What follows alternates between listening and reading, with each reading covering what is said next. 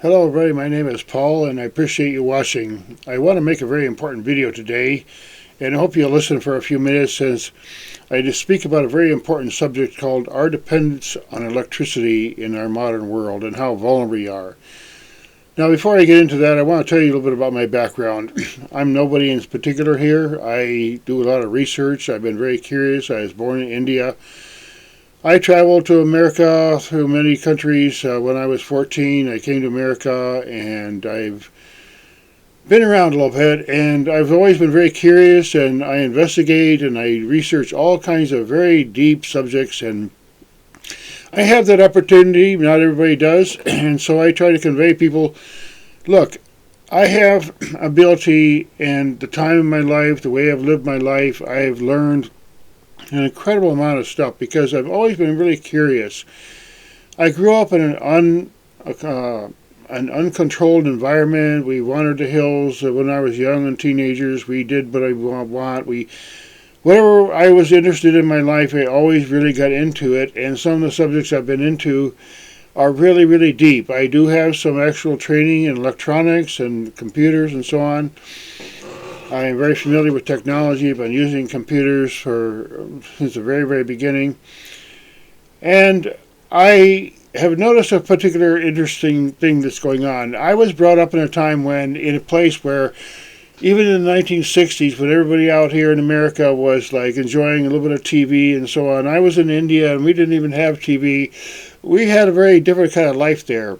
And the people in India and cultures like that they've lived without electricity for literally thousands and thousands of years. I remember going on a vacation one time with my parents in northern India, in Kashmir, and we went to this place and, the only light after dark, there's no electricity. You get your lamps out, you play some cards, you just go to bed early and wake up at sunrise. And people have lived like that without electricity for just unbelievable amount of time. Now, why I'm talking about this is very important because here in America, just like we're dependent on oil in the modern world, all around the world now, we're also dependent on electricity. And that's something that doesn't get talked about very much because the problem with electricity is, as opposed to oil and fossil fuels, there's quite a bit of that going on right now, but electricity, when you're dependent on it, it can just go. I mean, I was a technician for a large company for about 5 years. I used to go out and fix machines, copy machines. And I would find out, the people who operate those machines, they don't know much about how they work. And most of the time it was very simple, so you could fix them pretty easily. But the problem was, the people who depended on the machine, they totally depended. Their whole business, they're making copies and copies and copies. It's so important to their business. And then the machine that they don't know how it works, it breaks.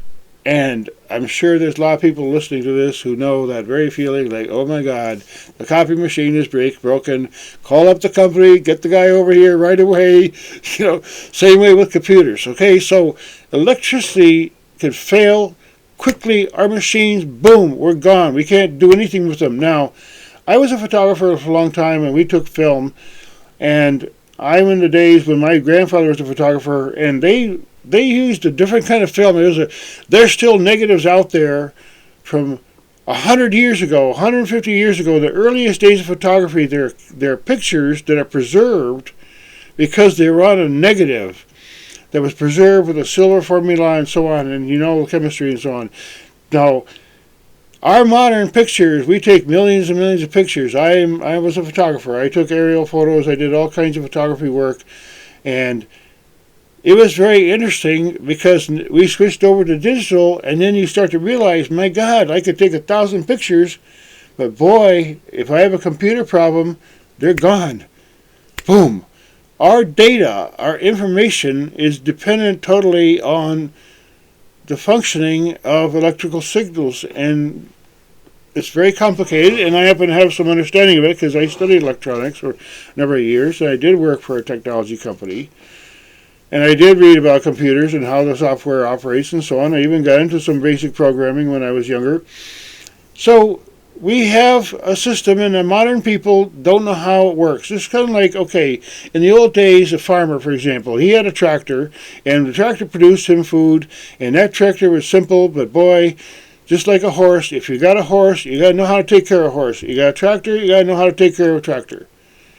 I'm in the real estate business, and I see people all the time, and I used to work as a technician, and there are people, you have no idea how the technology that you're using, and you totally depend on the technology, and it won't work. And how many of us have had a computer problem, and man, you just swear, like, oh my God, I lost my data, like I can't get online, blah, blah, blah.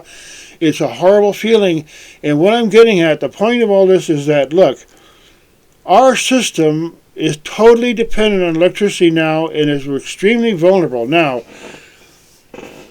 the thing is that, as I said earlier on, that people have lived without electricity for thousands of years. Now, I live in Virginia, and deliberately as a realtor, I specialize in rural property. That's what my thing is. I like it out here. I can go to any city I want, get on a plane, go wherever, but when I settle down, I'm 71 years old. It's the beginning of February in 2024, and I'm living pretty good and enjoying my simple life here out in the countryside. But this video is about, look around us in our life and look in any room that you're in. I know in my household I can probably find 100 plugs that are active at one time or another, including some 240 and so on. And I even have a welder, and I have some other kinds of equipment. So the thing is that it's very, very important for us to not be so dependent on electricity. And it's just going to be a hard trip for some people to understand, especially my children's age. I worry about my grandchildren. I got 7 grandchildren, 3 children. What's their future going to be like? And now they have electric cars, and the batteries are made of these caustic substances, and they're mining, and they're extremely expensive, and they're unreliable, and they catch on fire.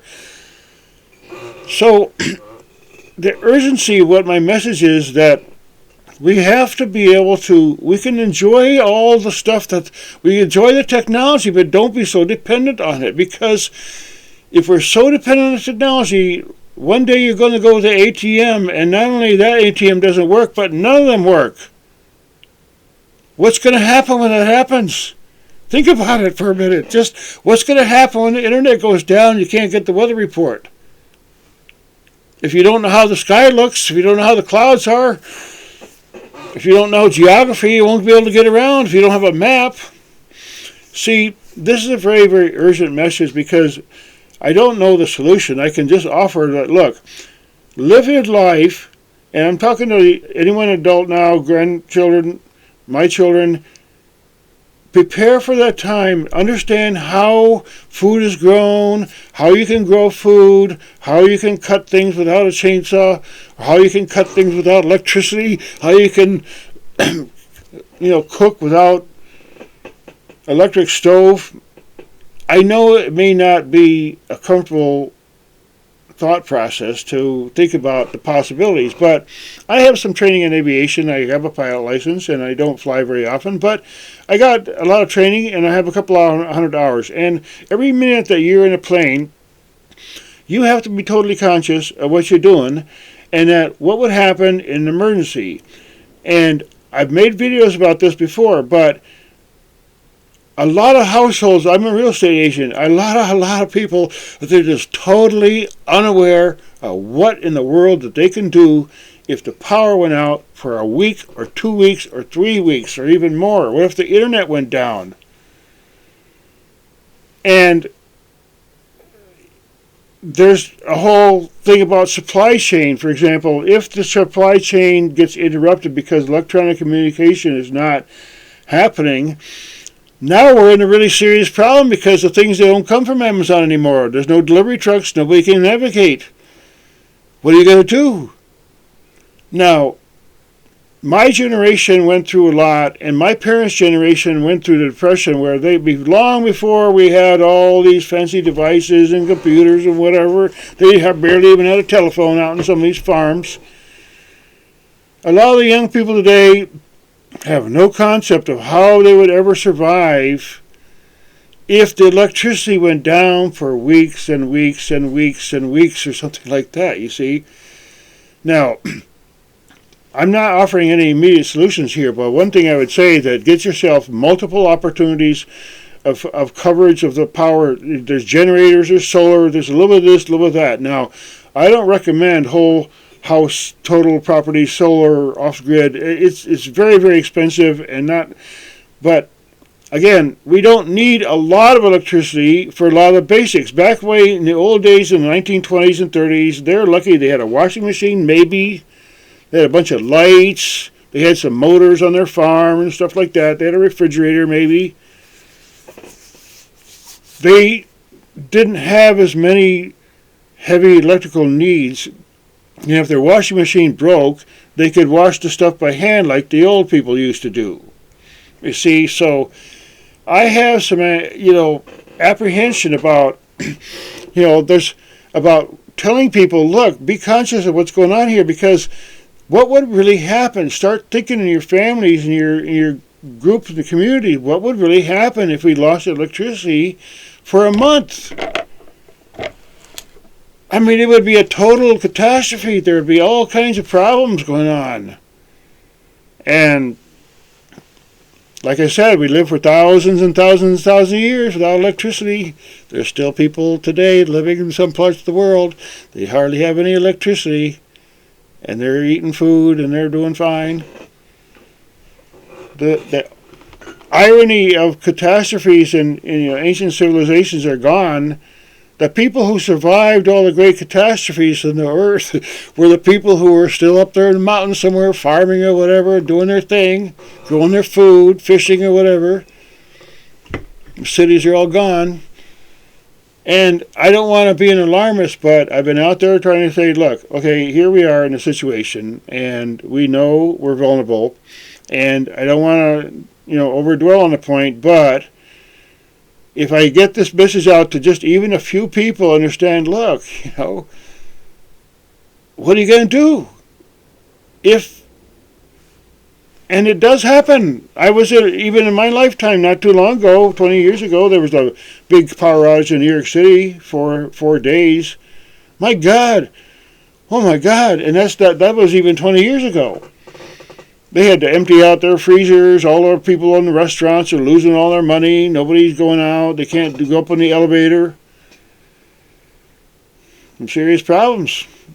And I urge people to live in the countryside and live in a rural area and have some access to places. If there's a hurricane and you're near the coastline and everybody and their brother wants to get out of the hurricane, where are you going to be in the middle of that? So get a refuge somewhere. So I appreciate people watching. I really do. And I just, hope that people listen a little bit. I am a researcher. Basically, I'm a reporter. A little bit about my background. I've traveled a lot. I've read lots of books, and I've listened and listened and listened. I'm not a particular expert in, say, electronics or computers or anything like that. I am just a deep, deep researcher, and I have the time and ability in my life and a curiosity that over the long years of my life, I read lots of books and listened to all kinds of incredible experts about all kinds of stuff that I was curious about. And, entire civilizations are gone, totally gone, because of events that were beyond human control. But people did survive, obviously, because there's a whole lot of people on the planet right now, but the stories.